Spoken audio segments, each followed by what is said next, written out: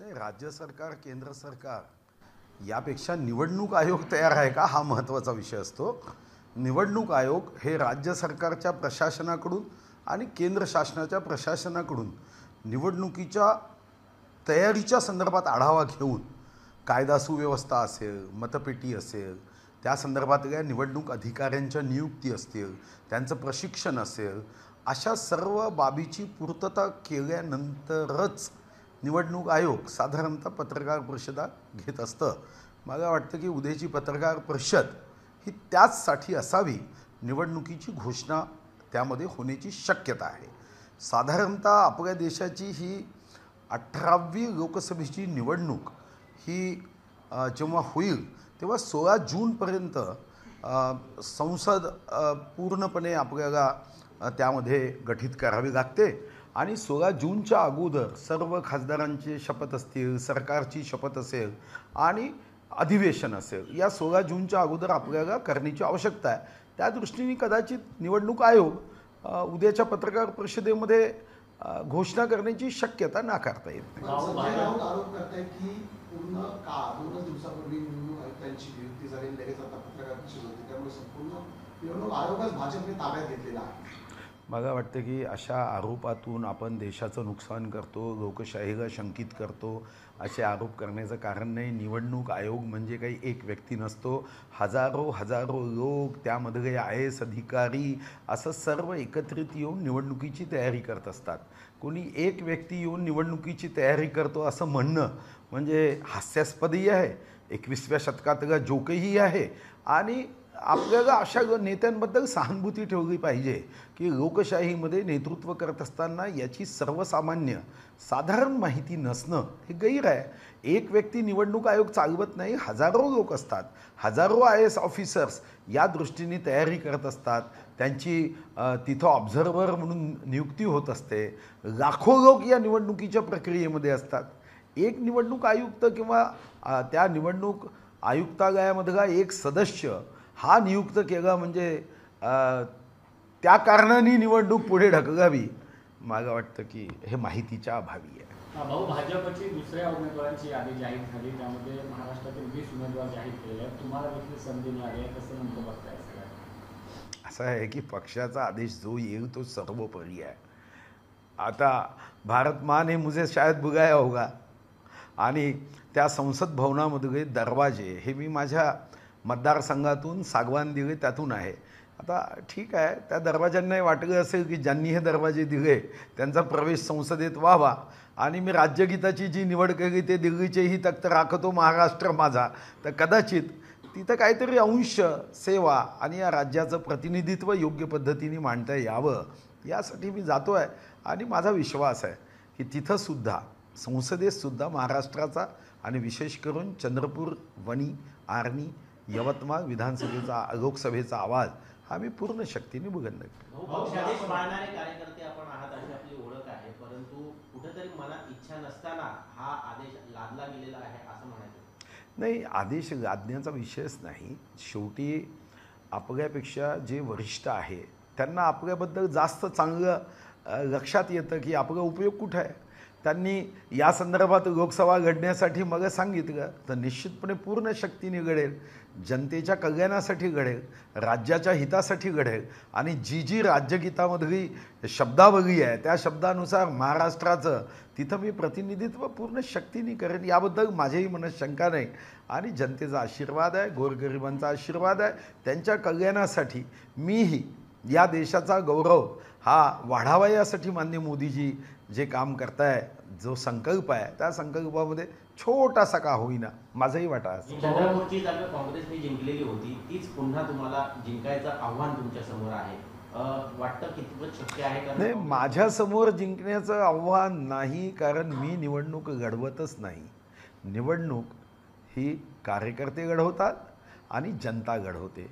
या निवडणुकीत जनतेला निर्णय करायचा आहे की मी उत्तम काम केलं असेल तर मला निवडून द्यायचं, मी उत्तम काम करू शकत नसेल, माझ्यामध्ये कार्यक्षमता नसेल, माझ्यापेक्षा चांगला उमेदवार असेल तर माझा हट्ट नाही आहे, आग्रह नाही आहे की मीच निवडून गेलो पाहिजे.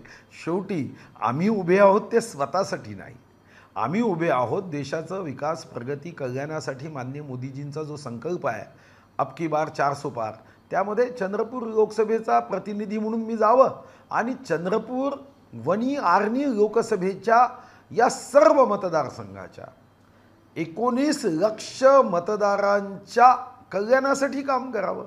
माझ्या निवडणुकीचा प्रश्न कुठं आहे? मी तर 1995 जेव्हा पहिल्यांदा उभा झालो तेव्हाच माझं स्लोगन होतं, विजय झाला तर माजायचं नाही, पराभव झाला तर लाजायचं नाही. काय माझं मी जिंकल्याने माझी उंची वाढणार नाही आहे आणि हारल्याने माझी उंची 3 इंचांनी कमी होणार नाही आहे. प्रश्न मतदारसंघाचा आहे की या जिल्ह्याच्या विकासाची उंची वाढावी की कमी व्हावी हे जनतेला ठरवायचं आहे. शेवटी हे जनहितासाठी जनतेसाठी आहे. भाऊ, न्यूज 18 नेटवर्कचा मेगा ओपिनियन पोल आलाय आणि त्यामध्ये महाराष्ट्रामध्ये महायुतीचाच बोलबाला राहणार आहे. 48 पैकी 41 जागा एनडीएला मिळण्याचा अंदाज आहे, तर 7 जागा या इंडिया आघाडीला मिळणार असल्याचा अंदाज आहे. नाही, स्वागत आहे ना. मग असा सर्वे आगा तर निश्चितपणे आनंद आहे की 41 जागा आपण हे NDAच्या पारड्यात जर या सर्वेमध्ये येणार असेल तर निश्चितपणे महाराष्ट्राच्या जनतेला हृदयापासून धन्यवाद आजच दिले पाहिजे, मतदारांचे आभार मानले पाहिजे आणि हा विश्वास देत आश्वस्त केलं पाहिजे की महाराष्ट्राच्या कल्याणासाठी माननीय मुख्यमंत्री एकनाथ शिंदेजींच्या नेतृत्वात, माननीय उपमुख्यमंत्री देवेंद्रजींच्या मार्गदर्शनाखाली आणि माननीय उपमुख्यमंत्री अजितदादांच्या सहकार्याने हा महाराष्ट्र या देशामध्ये अतिशय वेगाने प्रत्येक क्षेत्रामध्ये सामाजिक, सांस्कृतिक, आर्थिक आणि या ठिकाणच्या आध्यात्मिक क्षेत्रामध्ये पुढे जाईल. आणि आपण बघितलं असेल पंढरपूरच्या संदर्भातला विकास आराखडा असेल की काल मी भगवान सिद्धिविनायकाच्या दर्शनासाठी गेलो, 500 कोटीची माननीय मुख्यमंत्र्यांची या ठिकाणच्या भक्तांसाठी दिलेली भेट असेल. या राज्यामध्ये माननीय मुख्यमंत्री महोदयांच्या नेतृत्वामध्ये सर्वांचं कल्याण व्हावं या भावनेने कार्य होत आहे आणि मला विश्वास आहे की जनतेने आम्हाला जर आशीर्वाद दिला तर आम्ही त्यांचे हे ऋण, त्यांचं हे जर प्रेमाचं कर्ज हे तर विकासाच्या व्याजातून आयुष्यभर जितका कालावधी आमच्या हातात सत्ता असेल फेडण्याचा पूर्ण शक्तीने प्रयत्न करू. मनापासून, अंतःकरणापासून निश्चितपणे हा प्रयत्न करू. जागा वाटपावरून सध्या काही जागांमध्ये मतभेद दिसून येत आहे. कारण नवनीत राणा विरोधात अडसूळ यांनी उघडपणे शब्द रोखल्याचं दिसतंय, एकमेकांविरोधात वक्तव्यही होत आहेत. दुसरीकडे जानकरही आता शरद पवारांच्या भेटीला गेले आहेत. महादेव जानकर महायुतीमध्ये पूर्वीपासून होते, तोही एक सोडून चालले आहे. दोन्हींच्या बाबतीमध्ये नेमकी काय भूमिका आहे? नाही, असं आहे 48 लोकसभेचा आपण जेव्हा विचार करतो तेव्हा एखाद्या दुखाद्या लोकसभेमध्ये मनमुटाव असण्याची शक्यता असते, मतभेद असण्याचीही शक्यता असते आणि भेदापेक्षाही मनभेद असण्याचीही शक्यता असते. पण मग विश्वास आहे की हे मतभेद, मनभेद आणि मतभिन्नता यावर जेव्हा आमचे हे तीनही नेते एकत्र बसून दोन्हीही गटाला समजवतील तेव्हा मग पूर्ण विश्वास आहे की या ठिकाणी संबंधित मनमुटाव असणाऱ्या दोनही व्यक्तींमध्ये निश्चितपणे एकमेकाविषयी सहकार्याच्या भावनेचं बीजारोपण होईल आणि कुठंही हे तात्कालिक मतभेद जे आपल्याला दिसतं आहे हे मतभेद टोकापर्यंत जाऊ शकणार नाही जेव्हा हे सांगितलं जाईल की हे व्यक्तीसाठी नाही, आपण महाराष्ट्राच्या हितासाठी काम करतो आहे, देशहितासाठी काम करतो आहे आणि राष्ट्रकार्यासाठी जेव्हा असा मतभेद असतो तो बाजूला ठेवला पाहिजे. आणि सर्व नेते म्हणजे मी आदरणीय अडसूळ साहेबांना सुद्धा अनेक वर्षापासून ओळखतो. ठीक आहे, काही तात्कालिक मनामध्ये एखादा भाव येतो, जुन्या ज्या काही घटना घडल्या असतात त्याचा राग असतो, पण तो राग हा निवडणुकीवर परिणाम होईल आणि निवडणुकीमध्ये दोन व्यक्ती एकमेकाच्या विरोधात उभे राहतील असं मग दूरपर्यंत वाटत नाही. कारण आत्ता सध्या महाराष्ट्रामध्ये आम्ही सर्वजण एक सूर, एक विचार, एक लक्ष आणि एकच लक्ष, अब की बार मोदी सरकार, इस बार 400 पार. संदर्भामध्ये जे वक्तव्य केलेलं आहे त्या इलेक्ट्रिक बॉन्डचा जो रिपोर्ट आला त्यानंतर संजय राऊत असं सांगतायत की मोदी सरकारला एक दिवस देखील आहे ते सरकारमध्ये राहण्याचा अधिकार नाहीये, त्यांनी लगेच राजीनामा दिला पाहिजे. कसं बघता यावं? नाही, शेवटी आता ते थकून गेले की मतदार त्यांचं ऐकत नाही हे बघितल्यानंतर ते सोपा मार्ग निवडताय की तुम्ही राजीनामा देऊन द्या. मला असं वाटतं अरे ज्या 28 कोटी मतदारांनी ज्या नेत्यावर विश्वास व्यक्त केला, 303 खासदार शुद्ध भाजपचे निवडून दिले, तुम्ही त्यांना राजीनामा मागताय आणि तोही कोणी मागायचा? कोविडचा उपयोग करणाऱ्या पक्षांनी. कोविडमध्ये सुद्धा कोविडचा व्हायरसनी जेवढा त्रास दिला नाही तेवढा टेंडरमध्ये त्रास देणाऱ्यांनी. आश्चर्यजनक आहे. मग अशा लोकांना तर या जन्मात तर राजीनामा घेतलाच पाहिजे, जन्मोजन्मी यांचे राजीनामे घेतले पाहिजे. काय मागताय? मोदीजींचा राजीनामा मागायला निघाले. अरे राजीनामा घ्यायचा असेल तर गावा ताकद, जा जनतेमध्ये, दाखवा हिंमत. जनता जर तुमच्या बाजूनी नसेल तर असे रोत्री खेळ कशाला खेळायचे? भाऊ, एक शासकीय आकडेवारीतून काही गोष्टी समोर आल्या. राज्यातल्या अर्थसंकल्पीय निधीपैकी 22,000 कोटींची रक्कम अजूनही खर्च झालेली नाही. अर्थात 15 दिवसच अर्थसंकल्पाचं वर्ष संपायला उरलेले. त्यातल्या त्यात दुष्काळाच्या संदर्भात पाणी पुरवठ्याचा 43% निधी अजून खर्च झालेला नाही. मी 16 मार्च 1995ला आमदार झालो, मागचे 5 वर्ष. आणि आत्ता तुमचा हा प्रश्न, हा दरवर्षी हा मार्चमध्ये हा प्रश्न येतो. हा प्रश्न काही यावर्षी आला असं नाही. असा आहे की ज्यांना अर्थसंकल्प लक्षात येतो, आपण जेव्हा एखाद्या कामासाठी अर्थसंकल्पामध्ये तरतूद करतो त्याचं प्लॅनिंग होणं, त्याचं प्लॅनिंग झाल्यावर त्याचं टेंडर होणं, आणि मग तो टेंडर झाल्यानंतर वर्क ऑर्डर दिल्यानंतर त्या कामाच्या संदर्भामध्ये ते काम जसं जसं पूर्ण होतं तसा तसा निधी दिला जातो. मी 1995 पासून आजपर्यंत बघतो आहे की साधारणतः हा निधी म्हणजे 365 दिवसापैकी सर्वात जास्त निधी वितरित होणारा दिवस कोणता असतो? 31 मार्च. त्या दिवशी तो निधी वितरित होतो. आणि म्हणून चिंता करू नका, तुम्हाला जो 22,000 कोटी खर्च दिसत नाही, मी तुम्हाला विश्वासाने सांगतो 1ही रुपया शिल्लक राहत नाही. हा पूर्णच्या पूर्ण खर्च हा साधारणतः 31 मार्चच्या अगोदर होतो. आणि आत्ताही याला आचारसंहितेचा काहीच अडचणी येणार नाही आहे, कारण पैसे वितरित करणे कामासाठी याच्यावर आचारसंहिता लागू होते. राहुल गांधी न्याय यात्रा काढतायत. आता ते मुंबईत येणार आहेत. ज्या बाळासाहेब ठाकरेंनी शिवतीर्थावरून काँग्रेसवर टीका केली तिथे राहुल गांधी सभा करतायत आणि त्या सभेला उद्धव ठाकरे बाजूला बसणार आहेत. हे तर खरंच आहे. अशी मला वाटतं की अशी वेळ देवानी कोणावर आणू नये की ज्याबद्दल पित्यांनी सांगितलं की काँग्रेससोबत जाणं म्हणजे आपलं दुकान बंद केलं पाहिजे, किंवा स्वातंत्र्यवीर सावरकरांच्या संदर्भात ज्यांनी अतिशय निम्न शब्दात म्हणजे शब्दही व्यक्त करू शकत नाही.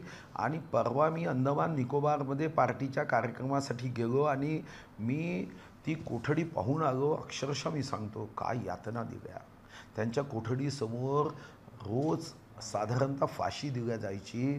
ती पाहायचा तो आवाज, ती किंकाळी, तिथं तेल घाणी मी पाहून आलो. अंगावर काटे येतात हो.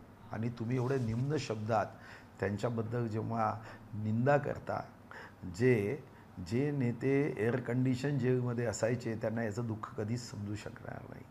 आणि हे दुःख न समजणाऱ्या काँग्रेससोबत स्वर्गीय हिंदू हृदय सम्राट बाळासाहेब ठाकरेचा वारसा सांगणारे उद्धवजी जेव्हा जातात, उद्धवजींबद्दल खरंच मग सहानुभूती वाटते की त्यांनी एवढी मोठी चूक का झाली त्यांच्या हातून. काय मागचं पूर्वजन्मातलं काय होतं की एवढी मोठी चूक त्यांनी केली की बाळासाहेबांच्या विचाराला अशा पद्धतीने संकटात आणून ठेवलं. आणि आज त्याच राहुल गांधीजींच्या सोबत त्यांना बसावं लागतं. ही मला वाटतं की ज्याला आपण म्हणतो ना नशिबानी थट्टा कशी केली, तर हे नशिबानी केलेली थट्टा आहे.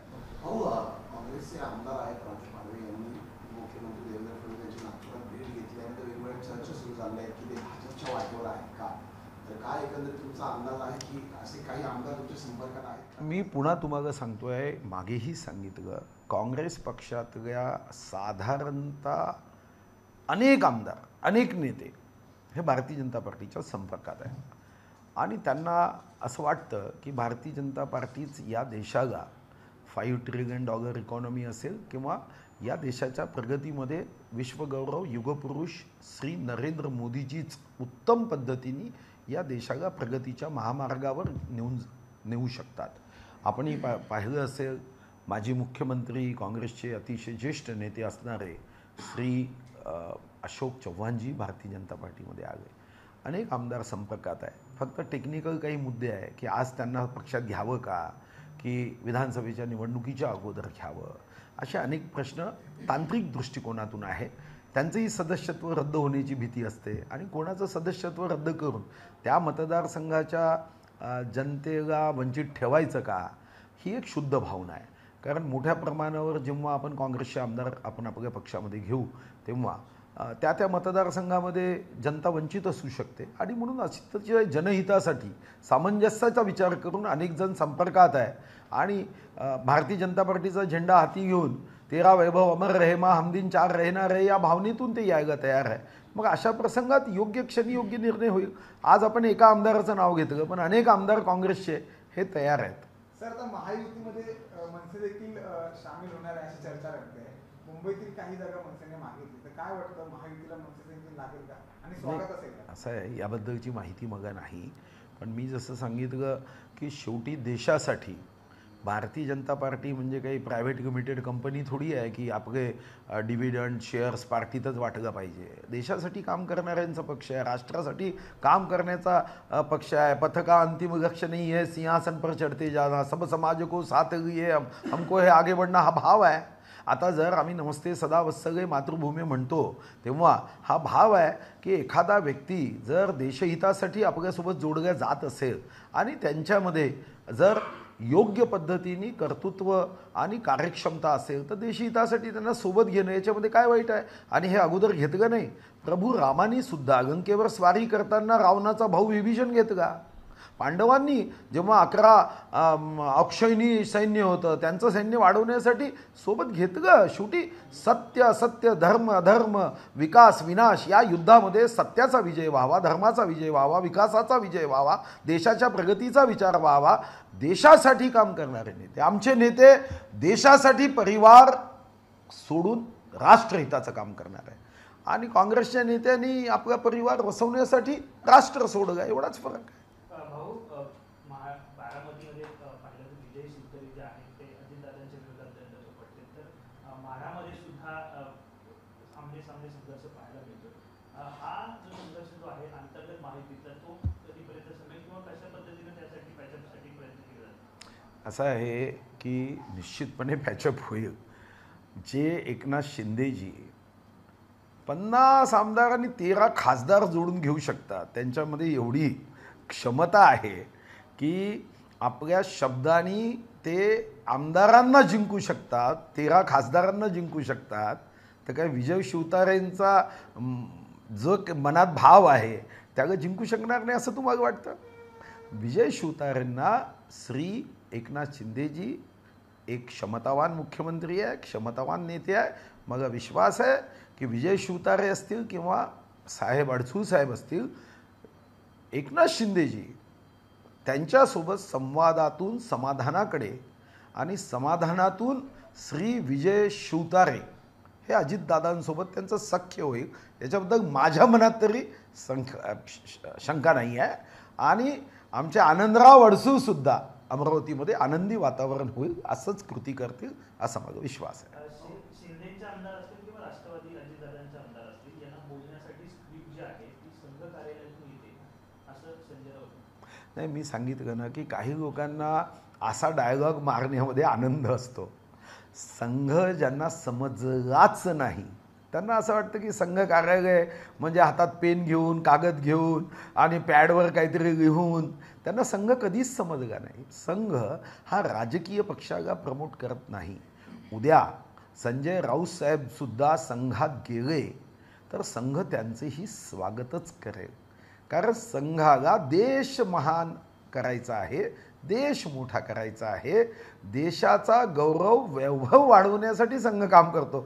संघ खुर्चीसाठी काम करतो का? संघाचे स्वयंसेवक, संघाचे प्रचारक आपलं आयुष्य देशाला समर्पित करतात. ते राज्यसभेची तिकीट मागत नाही. हो, जेएनमध्ये छत्रपती शिवाजी महाराजांच्या नावाने अभ्यासन केंद्र चालू होतं, या ठिकाणी देशमुखी घोषणांचा आरोप झालेला होता. त्याच ठिकाणी आता छत्रपतीच्या नावाने हो, मी निर्णय केला छत्रपती शिवाजी महाराजांचा विचार हा जगभर जावा आणि त्यापैकी या सर्व मी साधारणतः 150 असे निर्णय करण्याचा प्रयत्न करतोय ज्यामध्ये छत्रपती शिवाजी महाराजांचा हा आमचा वीरतेचा विचार जावा. आम्ही किती नशीबवान आहोत, सौभाग्यशाली आहोत. जगातल्या इतर देशांना आपल्या मुलांना जर वीरतेची कथा सांगायची असेल तर काल्पनिक कथा सांगावी लागते. स्पायडरमॅन, सुपरमॅन या सर्व काल्पनिक कथा आहे. अरे छत्रपती शिवाजी महाराज, छत्रपती संभाजी महाराज, अरे हे आमचं असं जिवंत ऐतिहासिक व्यक्तिमत्व आहे की ज्यांनी मृत्यू आपल्या मुठीत ठेवला देशासाठी प्राणाची बाजी दिली. छत्रपती संभाजी महाराजांना आपण छावा म्हणायचो. त्यांचा इतिहास, त्यांचा हा विचार, हा त्यांचा इतिहास माझा विश्वास आहे की हा इतिहास जर तरुण तरुणीपर्यंत पोहोचला तर या इतिहासातून वर्तमानातला आमचा तरुण तरुणी संकल्प करेल एक उज्ज्वल गौरवशाली भविष्य बनवण्यासाठी. म्हणून JNUला मी अभ्यासन सुरू करतोय. मी व्हाईस चान्सलर पंडित मॅडम यांच्याशी चर्चा केली. JNUमध्ये भारत तोडूची घोषणा होते. त्याच JNUमध्ये जेव्हा छत्रपती शिवाजी महाराजांच्या या विचाराची तलवार चालेल तेव्हा असे दृष्ट बुद्धीचे औरंग्याच्या विचाराचे लोक एक तर त्यांचा विचार तिथं थांबेल आणि छत्रपती शिवाजी महाराजांच्या विचारांनी त्या ठिकाणचा प्रत्येक तरुण तरुणी पेटून उठेल हा विश्वास आहे. आणि म्हणून मी तिथं हा निधी उपलब्ध करून देतोय. ABP माझा, उघडा डोळे बघा नीट.